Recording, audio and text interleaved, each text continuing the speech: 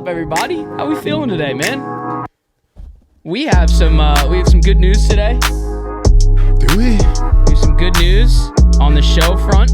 We were also just talking about Tea Party. We were watching some old Tea Parties from last season to get ourselves warmed up and I guess get the inspiration flowing We're for still shooting 102. Tea Party season. Manny's been getting active. Still Can't shooting wait. 102s. My partner will be down to a single digit this year, though. Yeah, don't say a number yet. Don't say a number. I want to yet. say a number. There's a number I want to say. I think you could get to my lucky number one day easily with some grinding. That's I crazy. think you could get there. I would be a crazy grind. Short game would have to get a big bump. I think you could get there. Welcome into the All Day Everyday Show. Hope everybody's having a great day. Think what Uncle Digger said. That's right. That's right. Just manifest. Just putt, baby. Just putt. Okay, so good news, big news for the program here. We are now officially taking call-ins. You can call the number 302-722-6699. No, we did not do that on purpose. Call the number. You'll get a voicemail from us, and you can drop your message and leave a voicemail to us, and we will be listening and reacting to your message on the show. So for everybody that's been saying, when can we get on the show? When can we get on the show? This is your time. This is your chance, and we're excited to post these clips and you know, just hear what you guys have to say. We're very, very excited for that. We've been really trying to plan about like how we can get you guys incorporated and we can kind of talk to you guys where it's not just us, and this is the opportunity. So 302-722-6699. Give us a call. Can't wait to hear what you guys got to say on the show. We got a lot to talk about today. The Masters is going on right now as we speak. Thursday, April 11th. We'll get into Dave Portnoy and his big bet. Plenty of stuff on. We can't really stray that far away from NFL. We have a quick NFL note from Adam Schefter. Caitlin Clark, plenty of men's and women's title games. UConn did their thing. We placed third in the bracket out of 131 brackets. That was very special too, but it was simple because we all knew that UConn was going to win the bracket. We will start with Shohei Ohtani and the news that came out today. Earlier this morning, April 11th, from Bleacher Report here, federal authorities conclude that Ohtani was a victim of fraud and was not involved in the gambling scheme with his former translator, Ippei Mizuhara. Mizuhara, I think I'm saying that right. I tried to look that up.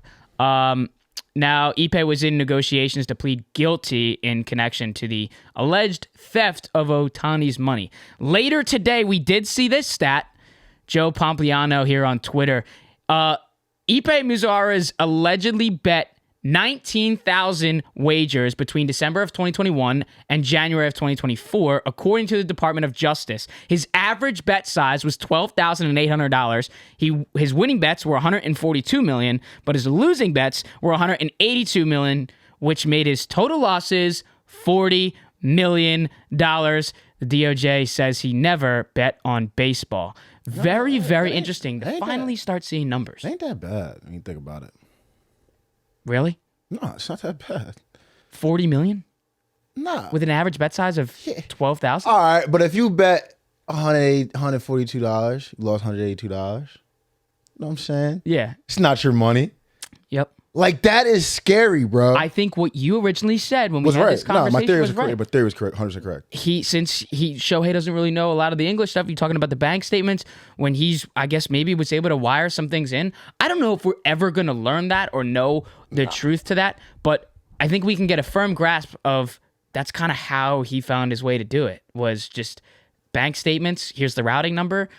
Like you said, it's everything that it sounded like you were on a tee with it. This guy was a sick fucker, bro. Like, there's text when he's like, not the one where he was like, I'm just a bad bettor, but he was like, can you just bump me the next week? Like, you know, I'm good for it with like exclamation points. And I'm just like reading it now and like the bookie probably felt so good because he was eating, but like, yo, that is so sick reading that. Like, oh, you know, I'm good for it, and just pulling fucking $40 million out of Shohei's bank account. I know. It's yo.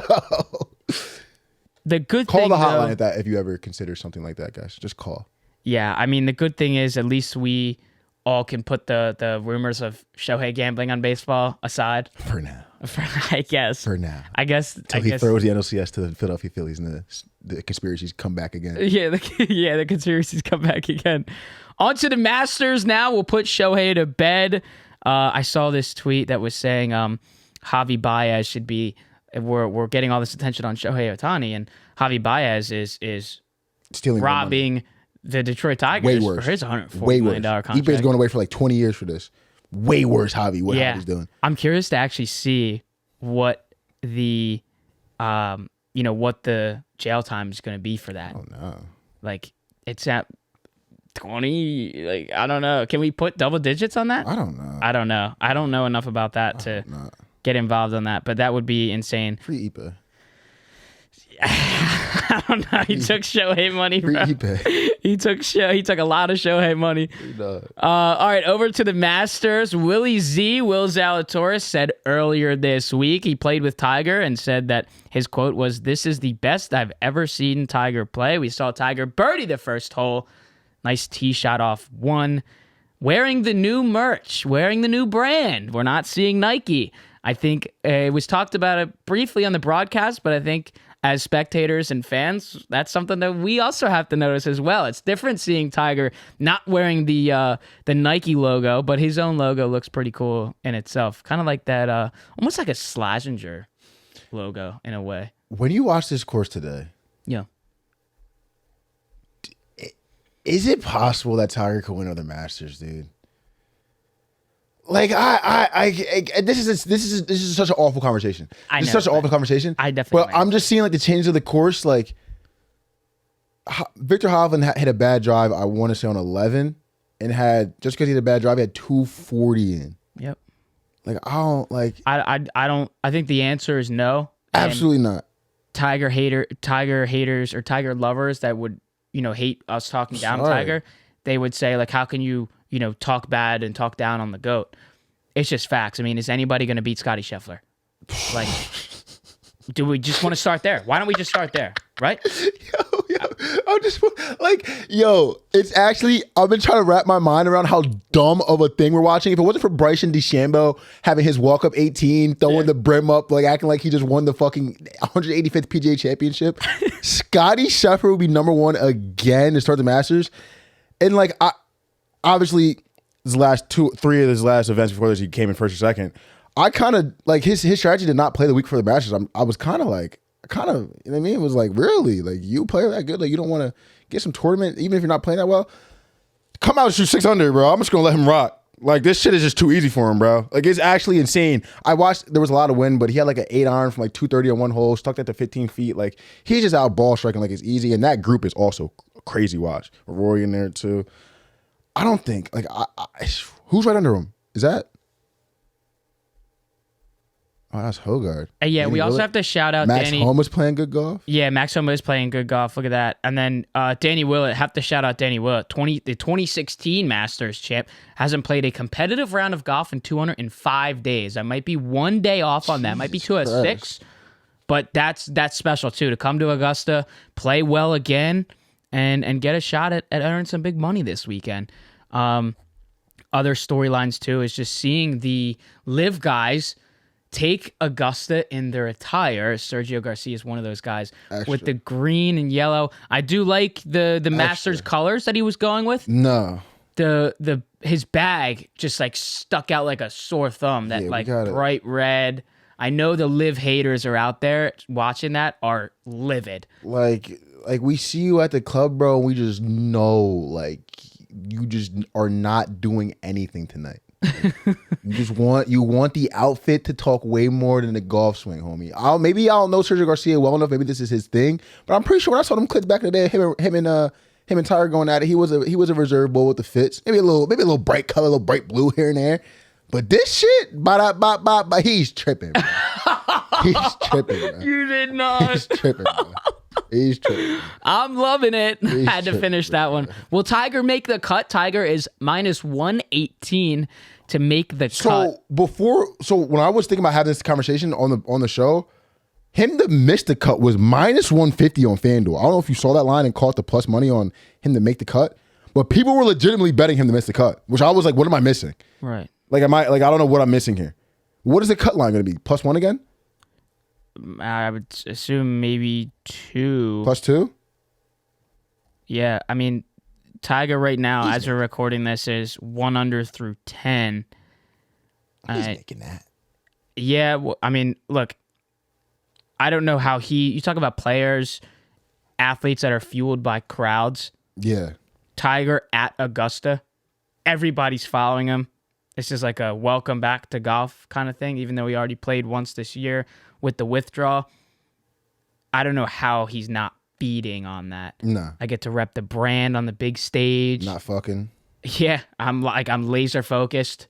Like, holy fuck. You know what? Something they keep saying is like, I thought I just found this out about Tiger, which is cool. He won't hit his like gimmies. So like if other people have putts, so the crowd stays. He's a real motherfucker for that. Cause I'm like, I didn't notice that. Yeah, like they've been saying on a couple of putts, and a couple players have been like, yeah, he does it, and he's not doing this because like he doesn't want to step in my line or whatever. He wants the crowd to stay and watch. Cause like imagine if you're fucking, let's say like a Patrick Cantlay, you're in Tiger's group on a Saturday, Sunday, and let's say Tiger's kind of struggling, but you have a putt for par that's massive for the thing. Like he don't want everybody to leave. Like, yo, this putt is big. Like Tiger's a real one for that. Yeah, man. that is real. Real one for that. That's a guy that respects the game. Facts. You know, we got to talk about that too. Facts. Still on the Masters here. Do you have 3 guys that you would like to win? Oh my God. Yeah. What do you got? In my perfect world? In your perfect world, 3 players that you would like to win the Masters. All right, so number 1, I'm going to go with Tiger, obviously. Get him out the way. Would love to see Tiger win again, obviously. I would freak the fuck out. All right, good. So we're all good here. 2, so this is going to be a little, like, there's a name I'm leaving out of this that's gonna shock you a little bit. But okay. 2, I'm going to go Cam Smith. Fell in love with him as a golfer. Yep, I love it. You know what I mean, 2 years ago. I love it. And I think I watched this broadcast back. I watched, like, not the whole broadcast, like the first, like, couple holes, because I forgot what happened in that match with him and Scottie. He could have beat Scottie. Goes birdie, birdie. They both go to 3, spray their drives to the left, and that's when Scottie chips in and it's over with. I'm watching this. I'm like, whoa. Cam Smith could have a green jacket if things go different. I want him to get one eventually. I just love him golf, and the live story would be awesome. And then also, sorry, Rory. I know you got some shit. Yeah, you got it. But I want Brooks Koepka to be able to join that conversation. I like it. And I would love Brooks to be able to win it. I fell in love with him, like just mentality-wise, over the last year. And like I think all of his interview pieces are nice. He had one interview. It wasn't from the Masters, but it was like from the PGA Championship a couple years ago. He was like, when I play in a major, there's, what is there, 80, 85 guys? Half those guys are going to beat automatically. He said out of those last 40, at least half of those guys are going to feel the pressure and just blank out. He's like, oh, I only got to beat like 15, 10 guys. I'm like, that, man, that's some Jordan shit right there. Like, I fuck with Brooks. So that's my perfect 3. My perfect 3 to win the Masters in my perfect world. I know everyone's going to say Tiger. Yeah, like I'm not counting him in this. Nah, like no shit. I'm going to agree with you for Cam Smith. I really thought in terms of just getting coverage, I actually thought he was going to stay in the PGA and not go to Live. Yeah, me too. And obviously with Live coverage, he's just becoming a star. You don't really see much of the coverage from these guys as much anymore. So these majors make it that much more entertaining to see those guys again, especially the big players, Brooks, Dustin Johnson, Cam Smith as well. So those are the big names there. I'd go Cam Smith to start. I have to go with my GOAT, Jordan Spieth. Would be 16. 2015 Masters champ. Everyone's saying that he took a back seat from playing golf because of his kids. I don't want to hear that slander. I really don't. I don't appreciate that. Yeah, Jordan. Fuck it, dog. So I'm always going to root for Jordan in every tournament that he plays. And lastly, like Sahith Theegala. That would be sick. I mean, I'm just kind of on this Sahith wave. What are your thoughts on Akshay Bhatia? Dude, I'm happy that he won last week because he gets this opportunity. Yeah. And you look at these young guys that are coming up, and Hooper. They got some game. That shit was crazy. So, like to preface the next topic about like the 7 handicap, whatever. How wild was it to watch Denny McCarthy go birdie, birdie, birdie, birdie, birdie, birdie, birdie, walk up, have 100 yards, and go in the water, bruh. Like I've never felt so much like it's. I'm sorry, Denny. So much satisfaction and vindication for my human self watching him be able to do that after having the best 7 holes of golf I've ever watched live. No bullshit. That was fucking ridiculous. Yeah, it goes back to the question of what would a 7 handicap shoot at Augusta? I want to talk with the crowd, 12-15 with the pro. Dude, like I saw the clip today of Tiger teeing off on 1, and I was just like watching, just looking to myself and thinking to myself, just imagine if that was you on that tee in front of those people, like, I would be shaking inside of my shoes. Like, you got to go up there, grip it and rip it, and you settle after you get your first couple shots in, you tune it out, whatever. But still, I mean, a 7 handicap. Let's remember in the press conference what Brooks Koepka said when he was asked, "Do you think a 59 will ever be scored here at Augusta?" Come on, bro. And he looked at him like, "You're crazy," and said, "Have you ever played here?" And he said, "No." And he's like, Okay. "Well, that makes sense." Okay. So yeah, a 7 handicap. I mean, I don't know how we're not pushing in the high 90s. High 90s? I think a 7 handicap at Augusta, you're shooting my scores. You're 106, yeah, 104. I would say triple digit is Easy. yeah. Bro, what do you do if you miss the green? Yep. Like, Also talk about remember I talked about that shot that Scottie had when he chipped in? So I heard someone else talk about like that hole on Twitter, like a golf junkie, whatever. He's like, yeah, I got to Augusta, walked on that hole. I didn't know you can't even like see, you can't see anything down there. Like some of these chip shots around the green and shit, bro. Like if you, because a set of handicap's missing the green, you think you're chipping on in 2-putted, homie? Like if you missed the green on what's the one over the water, 12? If you missed that green, if you're in the back pop bunker, you go long, and you say you don't have like the best lie on the slope, like you might go back in the wall. And talk about like the, how the greens are, and a lot of them are heavy breaking putts. Like Facts. You don't put it high enough, you don't hit the right speed. See you later. Max Homa said, I was watching this group, he said this is like one of the only courses where there's like you literally have 3 footers where you're aiming outside of the hole. That's fucking scary, bro. That's fucking scary. Like if I have a 2-footer where I have to aim like edge, I'm like, bro, like. And it's hilarious to have the conversation. At Paxson, I mean, like, you know what I mean? Like, it's hilarious to have the conversation too, just because the majority of people are never ever going to step foot on that golf course, let alone play it. So it is a funny conversation to think and dream of what that would be like if you played it. I don't know. Yeah, I would want to play it just because of, I think you can shoot 110. 110, you'd be hooping. It would literally be like 110, you'd be hooping. Like I almost wanted to say I didn't want to play it because like it would just destroy my confidence. But at the same time, if you ever got the opportunity to play, you're gonna play. Yeah. So that's obviously out of the question. But really, it's like it would be pretty demoralizing. 100%. Like, what'd you shoot, dude? I shot a 106. I got destroyed today. That was hooping. Like, that was not fun.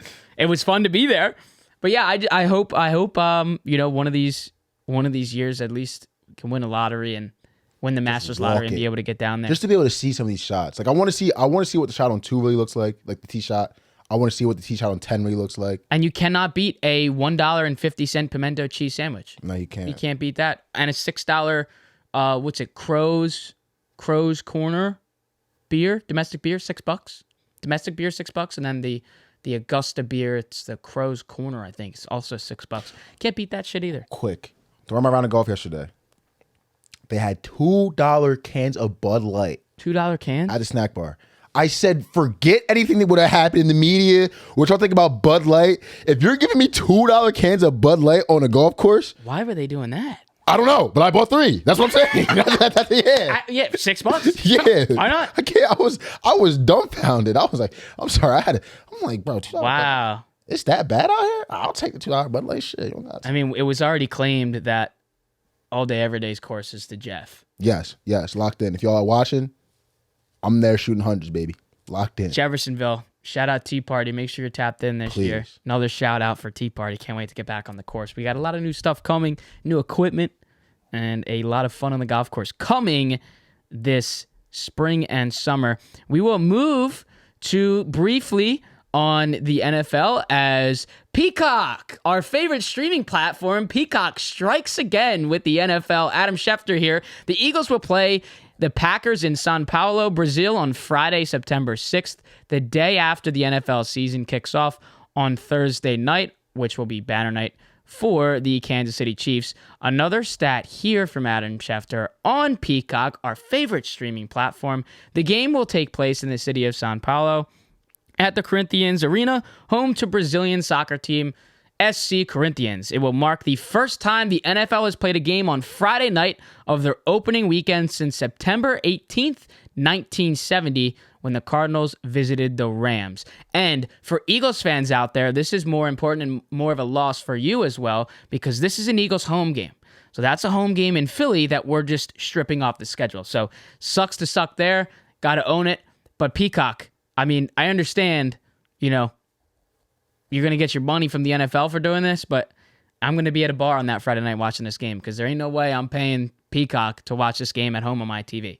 That's where I stand with that. I was like that for the playoff game, and I'm like that now. It's the same thing, and I know there's a lot of people in agreement on that. All right, let's go to. I don't want to do Phillies yet because I am kind of just procrastinating talking about the Phillies. Let's talk about the title game views as March Madness has concluded. Another one of those things where, like, the NFL season flies, March Madness just always flies. Facts. Joe Pompliano on Twitter again. UConn-Purdue national championship game averaged 14.8 million viewers. That means the women's national championship game had more viewers than the men's for the first time ever. UConn-Purdue, 14.8 million views compared to the Iowa-South Carolina game that had 18.9 million views. And Joe says at the end of this tweet here, that's incredible, which it is. But I'm going to take a little bit of the villain card here and just say, let's pump the brakes a little bit. I mean, you had the women's game on a Sunday at 3 p.m., and you had the men's game on a Monday at 9:20 p.m. These are both Eastern times, 9:20 versus 3. Obviously, we're not going to get a lot of viewership there. The game's over way too late. There was already a lot of complaints that the game was late enough. But let's just pump the brakes a little bit. It's not like this was a primetime game. You toss this game at 7 o'clock, dare I say, they're going to be touching those million views there. Now, if we want to go back to Nancy Armour's take, well, apparently we all knew UConn was going to win, so why watch? It's still the national championship. We watch it anyway. But that's not to discredit, and that's not to take anything away from this tournament and what it did for the women's basketball side of things. Caitlin Clark, Angel Reese, the entire season was very, very incredible to watch on the women's side of things. But again, I just want to say, just pump the brakes a little bit. It's great to see the stat. It really is. But I mean, 9:20 versus 3 o'clock. That's what it comes down to. Why are we having national championships at 9 o'clock? Like, what are we doing? I understand we're in Arizona. And, I mean... Talk. Like... I don't know. The people really don't think. I don't think they think, bro. If we want to go even deeper to it as well... If you went to UConn, you want to have a party. That's true. You might have a job. But you went to UConn. But you went to UConn. And you live in Connecticut probably still. Or Boston or New York. But it's let's 9 also o'clock not on a forget Monday. where this game was held, in a goddamn football stadium. And 74,000 people were there. So let's bring that stat into play then. I mean... It's just brain dead, bro. College football does it too. They play the game at 9 o'clock. It's just... You had 74,000 there and 14.8 million viewers, and we're, you know... I sound terrible saying it, but I just want to say, again, just slow the roll on it. There were still 74,000 people to see a basketball game that doesn't even take up a quarter of the field. I mean, let's just be real. 74,000, that's crazy. At least got to show some respect that these people even stayed up to watch this game. I was one of them. I know you were one of them. All right, now let's briefly get into the Philadelphia Phillies struggles. Like it was said on the show from many as the season started, that this Phillies team always finds a way to come out on slow starts. Bryce Harper, we talked about going 0 for his first 11, then having a 3-homer night. Nick Castellanos hasn't had a home run yet. Many are saying that maybe it's time for Castellanos to get out of here by the trade deadline. Will we see that? Still way too early to tell. One of the biggest things that was a common factor last season and the season before was the little to no run support for their two aces, Zach Wheeler and Aaron Nola. Don't just say one, bro. I'll give him Wheeler. Just say one. Yeah, Nola can't keep the ball in the park right now. All right, he can't. I'll give him one. I think he's up 6 home runs. Or maybe I will 4. give him one, and I will say it's Wheeler. Yeah. And when you look at Wheeler, a 1.89 ERA, 0-2. And this team cannot find a way to score for him. You look at his last start, his last outing against the St. Louis Cardinals in St. Louis. Scoreless. Scoreless outing. 0 earned. And the bats just don't want to bat again. And like we touched on, this schedule for the Philadelphia Phillies in April is very, very helpful for them to get on top. and they're just proving that you just come from behind, and they're like that comeback story after the All-Star break where Philly fans get tired of them, and then after the All-Star break, they all come back, and then it's a deep playoff run. And we've already accepted that they can't beat the Braves in the regular season, which doesn't matter, and that's fine because they're going to beat them in October. But when you have a favorable schedule, and you get the Reds again this month, and you get the Rockies again, and you get the Padres, who, again, are playing relatively good baseball, but that's a team we should beat. You get the San Francisco Giants at home. I mean, these are games that we got to start thinking, we got to be a little bit more confident, and we got to be going in there winning these baseball games. I mean, if I was a Phillies fan, I know we're only 12 games, 11 games, 12 games into the season? I still would be like, all right, like, can we start beating these teams a little bit? Or why do we have to stress? Why can't we sweep the Nationals? We don't play. It's spring training, bro. I actually see more people tweaking on the Phillies than usual, which is actually insane. It must be like a couple people's first rodeos. But like, this is definitely par for the course. There's just a couple spots that are really, I don't like. Number one, and it's not even the bat. Those numbers are horrendous. But first of all, Aaron, please keep the ball in the fucking park. Okay, we can get that out the way. Number two, number two, there's some people are finally getting loud on Nick Castellanos and starting to compare him to Tobias Harris. I think he's more of a primetime player, but you can't do 2 hits in fucking God knows how many at bats. I think he's batting 167. Another name that no one's been saying, Bryson Stott. I think he's batting like 210. I think he might be batting 190. Bryce Harper's batting 211. Also has my highest slug percentage. Like, it's like, I said at the beginning of the season, there's only one thing that's going to make people pissed off, really, really pissed off with the Phillies. It's going to be the bats. Aaron Nola could let up 18 million home runs. You feel what I'm saying? Well, it's the bullpen can't really draw, even though the bullpen's been good. The bullpen will get on our nerves too. But it really is the bats. I can't invest $400 million in the bats, and like, I have 4 guys batting damn near 100. Whit Merrifield's was our marquee signing, that piece. I think he has 2 hits. Like, I think there's like 4 people batting worse than Johan Rojas on the Philadelphia Phillies right now. Well, if you go back, there might be 3 people that are batting worse than Johan Rojas right now. That is embarrassing. Nuts, yeah. That's embarrassing. And Sosa got his homer this weekend. No, if it wasn't for not this weekend, we played a game versus the Reds. Was the Reds or the Cardinals? Edmundo made his first start. We lost 3-4, and he had all 3 RBIs. If it wasn't for Edmundo Sosa, we lost to the Cincinnati Reds or the Cardinals 3-0. Like that, it's not necessarily that they're losing. We could lose 8-5, and like the Brave series did not. Like, I was not moved. I was like, okay, hit the ball. I mean, got the lead from some of these games. Bullpen starts slowly. Sure, and you start like. That's the only thing I say with this team is because it was knocked them out the last couple of years. And it's always what they start slow with is the bats. Like, we cannot spend Yankee monies on bats and just not hit the ball.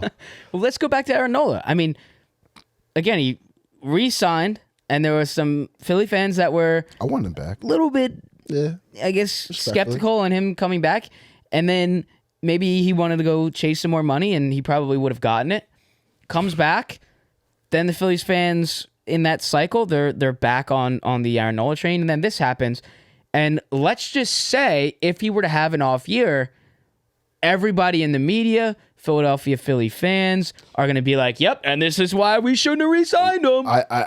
It sounds fucked up. I'm happy it's at least Aaron Nola because it wouldn't be his first rodeo. Yeah. It would not be his first rodeo.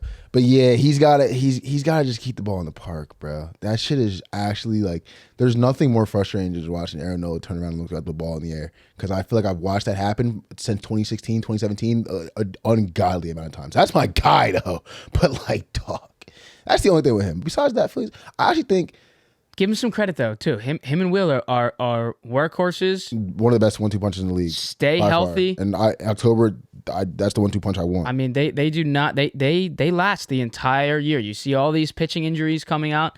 They are 2 guys that know how to stay healthy and play throughout the entire season. Phillies bullpen's electric.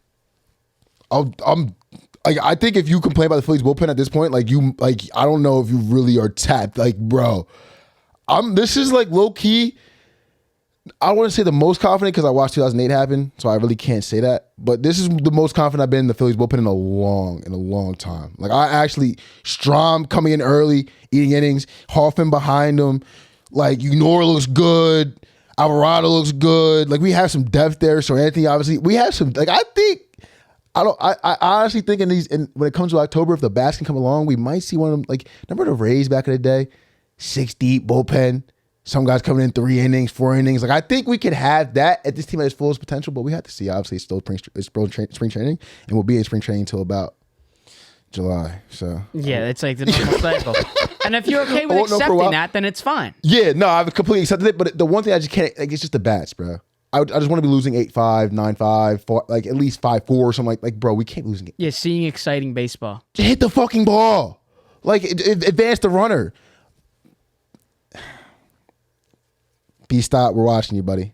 You're my dog. Let's just read these stats. I'm watching you, buddy. To go back on all these bats here that Manny's talking about, the Phillies entered Wednesday's series finale in St. Louis, ranked 23rd in baseball in runs per game, 3.73, 16th in batting average, 235, 15th in on-base percentage, 316, and 20th in slugging percentage, 354.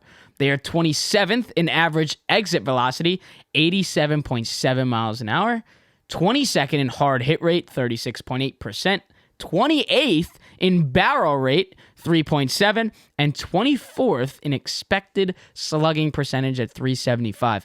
Rob Thompson, although the bomber jacket does look fire, we got to get these bats rejuvenated. Like I remember hearing on WIP maybe 2 years ago that they were expecting this line to like break records for like the most runs scored in the seat. Like this is fucking horrendous.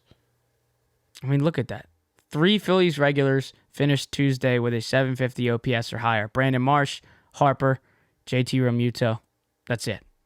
It has been a struggle for Stott. Carrying. Obviously, a major struggle for Castellanos and Johan Rojas as well. Say one thing, good for Trey Turner. It looked dark.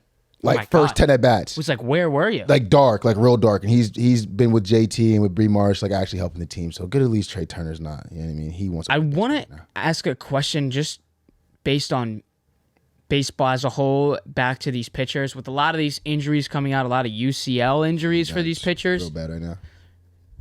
Can some part of the blame be put on the pitch clock and saying that they have 15 seconds?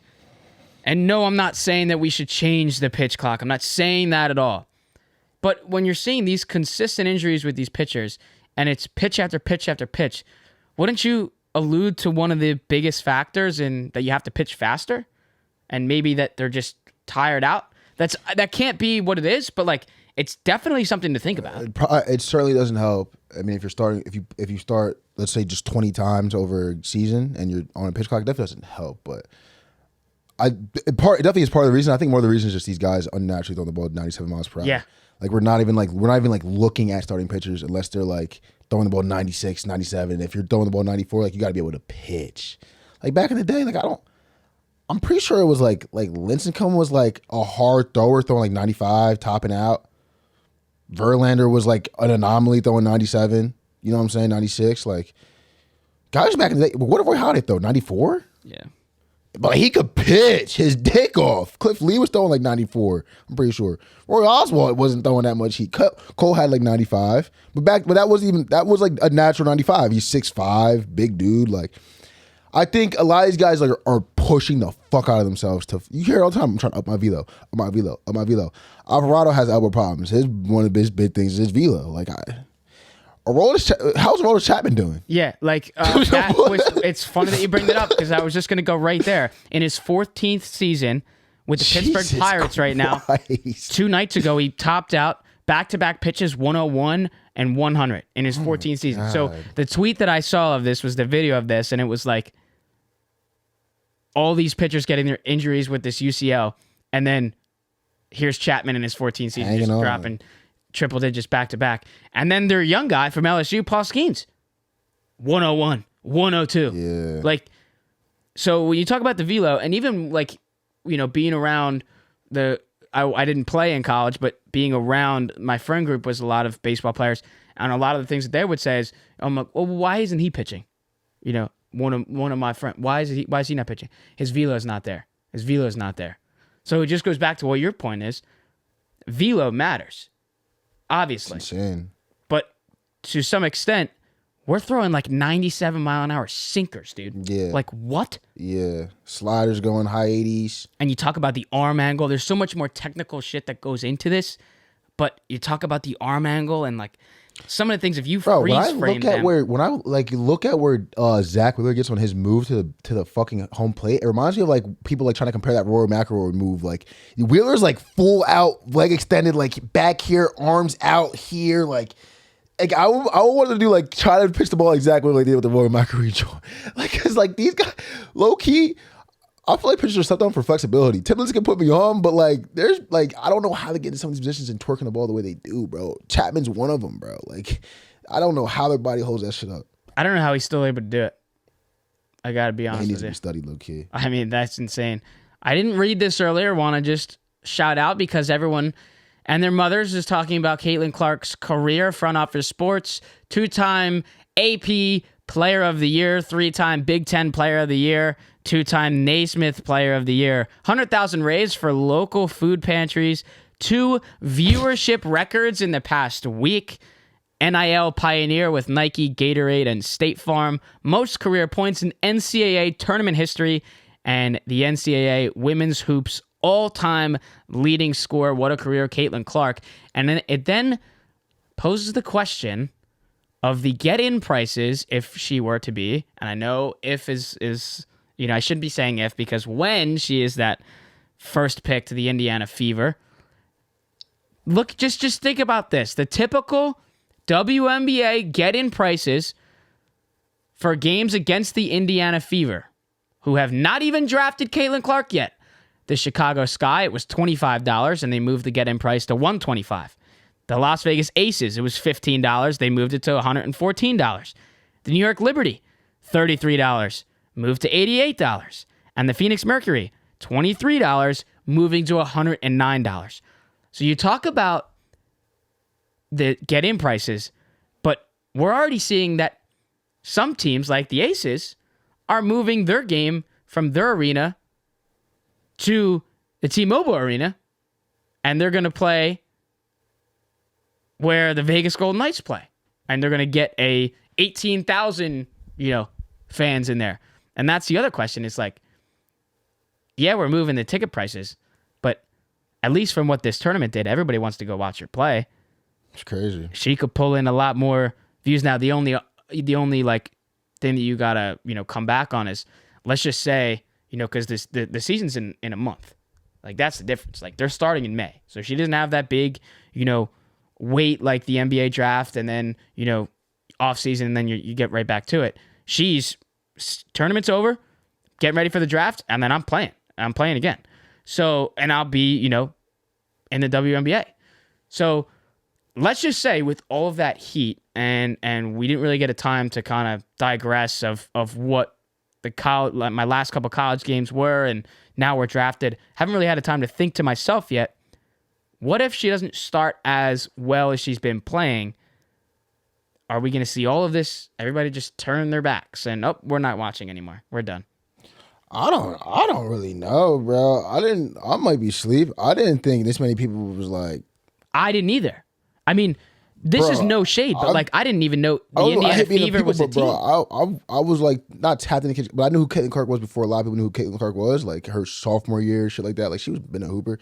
But like, it's like, I'm like, damn, this is really good for women's hoops, bro. Yeah. Because there's so many hoopers. Like, bro, even in South Carolina has legitimately 2-star lineups. Like, and they'll probably have, I don't know how many girls on that team are going to the league, but I just heard they're bringing another girl that Dawn Staley had to make a major for her. She averaged like 30 and 15 in high school or some shit. Like, it's good for the chicks because Maya Moore tried it. Skylar Diggins tried it.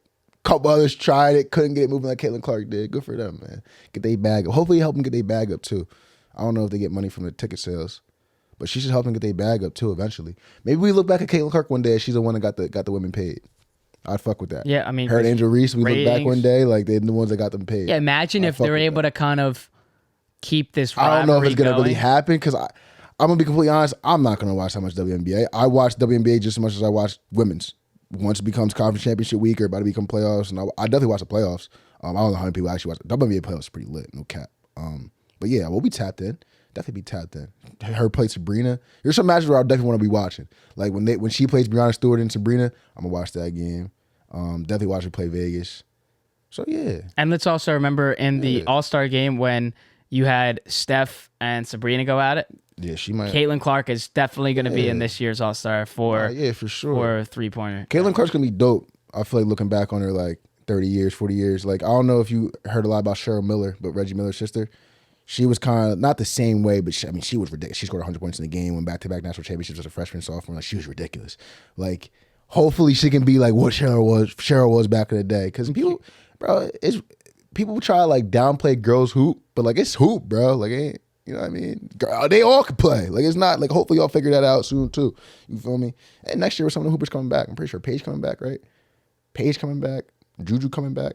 Yeah, this was, I think, so people should be tapped in. putting everything aside, this was a extremely eye-opening season for ratings in a sense of women's college hoops. People like people like basketball, bro. People sleep on how much people like basketball and good but also, I mean, stories too. But I honestly, that Natty Chip was a good game. No bullshit, start to finish. I think people really do appreciate good ball, and like the men's tournament was good, but like you can tell. I'm just gonna say when the numbers come, you can tell people like just really appreciate good ball, and I think Caitlin Clark's gonna keep that trend going for the women's. And I'm curious to see with like jersey sales, you know, in terms of getting cuts of that, like, are people going to buy the jerseys? Are people going to buy Caitlin Clark jerseys? Caitlin Clark jersey. I might buy my daughter one. Don't buy me a Caitlin Clark jersey. Like an Indiana Fever. If I went to Iowa, I would put one in my basement. That'd be fire. I think like Caitlin Clark Iowa jersey is sick. I wouldn't wear that. I don't think I would wear it, but would definitely be like memorabilia, put in a frame or something. If it was signed. The right Iowa fan. I'm not there with y'all. Like yet. George Kittle went there. I'm wearing that. George go to a game courtside. Mike Trout was walking into his Angels game wearing a Caitlin Clark Iowa jersey. Tough. I wouldn't be like you, Mike. Mike, last thing, Mike. I think it's time to get out of Los Angeles. All right? Yeah, it is. I think it's time. I don't think he's going anywhere, though. And I don't think he's going anywhere. And I feel bad because like when Shohei Ohtani left, it's like, why am I not going to the front office and saying, hey, I want to play. We don't have a Mike Trout October moment. I want to play competitive baseball, and I watch all these teams having so much fun in the playoffs. Like, I want to go experience that. Can you just go let me do that in the last years of my career? Can we just go? We don't have a Mike Trout October moment, bro. That's like mind blowing. I'm gonna call him the GOAT. Like what? Come on, Mike. Just fuck with us, bro. We can't hit the ball. Anthony Rendon, just bag stealer. I don't think he likes baseball.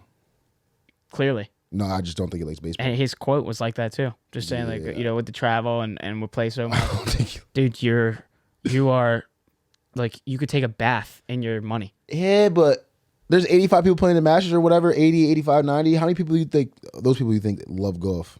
Right, but they're competing to get their money. I'm just saying, he's already getting his money. There's probably a lot of people that play sports that don't love it, bro. Probably a lot. It's tougher for golf though, unless you're guaranteed money like Liv. You got to play well to earn the money. I feel like you gotta love the game to play well. That's true. I don't know. Yeah, because you love the game. I don't know. Not even that. I was gonna say, does Brooks love golf? I think he loves the feeling of winning. I think he likes the feeling of winning. I don't think I think he's like a crack addict for the feeling of winning. Yeah. I don't know if I can say that on YouTube. I think he's really like an addict. Well, like from that full swing, like I think he's really like a. I think he loves winning when he loves golf. Yeah, the scene when he's on the couch talking to his mom, and there's empty like spots in this cabinet for trophies, and he's like talking about Scottie. I could be Scottie wrong. Just won that. Yeah, I could be wrong though. He probably loves golf. But I feel like he's one of the people that hates it too at the same time. Like there's definitely stretches where he hates golf. But like, you know what I'm saying? For the live players on the other side of it, it's like, hey, we got our guaranteed money. So there's no stress anymore of actually earning the money. Now, let's just go out there and play good golf. And I think that's what... Could fall back in love with the game. That's what this season 2 of Full Swing that's kind of what they were highlighting a little bit. Dustin Johnson was one of those. We don't have to worry about that anymore. Golf. I can go really focused on the game now. And to some, that's going to piss the original haters off even more. Facts. But if you look at it a little bit deeper, for those guys that haven't been in those big time moments in a while, Dustin Johnson's one of them. Maybe he's right. Brooks did slam the majors last year. Yep. And Brooks probably was the best major player. Oh, but and his Bryson's doing it right now. And Bryson's doing it right now. What kind of? Oh God, that's my dog though. Masters is here. We are here. We cannot wait to get back on the golf course. That is our show for you today. Plenty of shit covered. I am on my way to Atlantic City for the next couple nights. Hopefully we're going to come back as winners. The sportsbook is calling my name. We will catch you from there. If you did watch us on YouTube, make sure to drop a like, comment. Do not forget to hit that subscribe button on our audio platform listener, Spotify and Apple Podcasts. We appreciate you. Drop those ratings down below. For the people that are here at the end, we do appreciate you. I am just going to shout this out one more time. Our number, if you want to get on the show, leave us a message. We will react and listen to your calls. The number, 302-722-6699. Drop us a call, 302-722-6699. You've been listening and watching to the All Day Everyday Show with All Day AJ and Manny Ruffin. We're so excited to listen to your calls. Can't wait to interact with all you guys. We're super excited. We forgot Portnoy. Yeah, I know. Portnoy's got 300K on Scheffler. 300K on Scottie. We don't even need to talk about it because he's already going to win anyway. So if he wasn't 6 under, we would have already talked about it. 300K. We did just win $2.1 million on UConn, so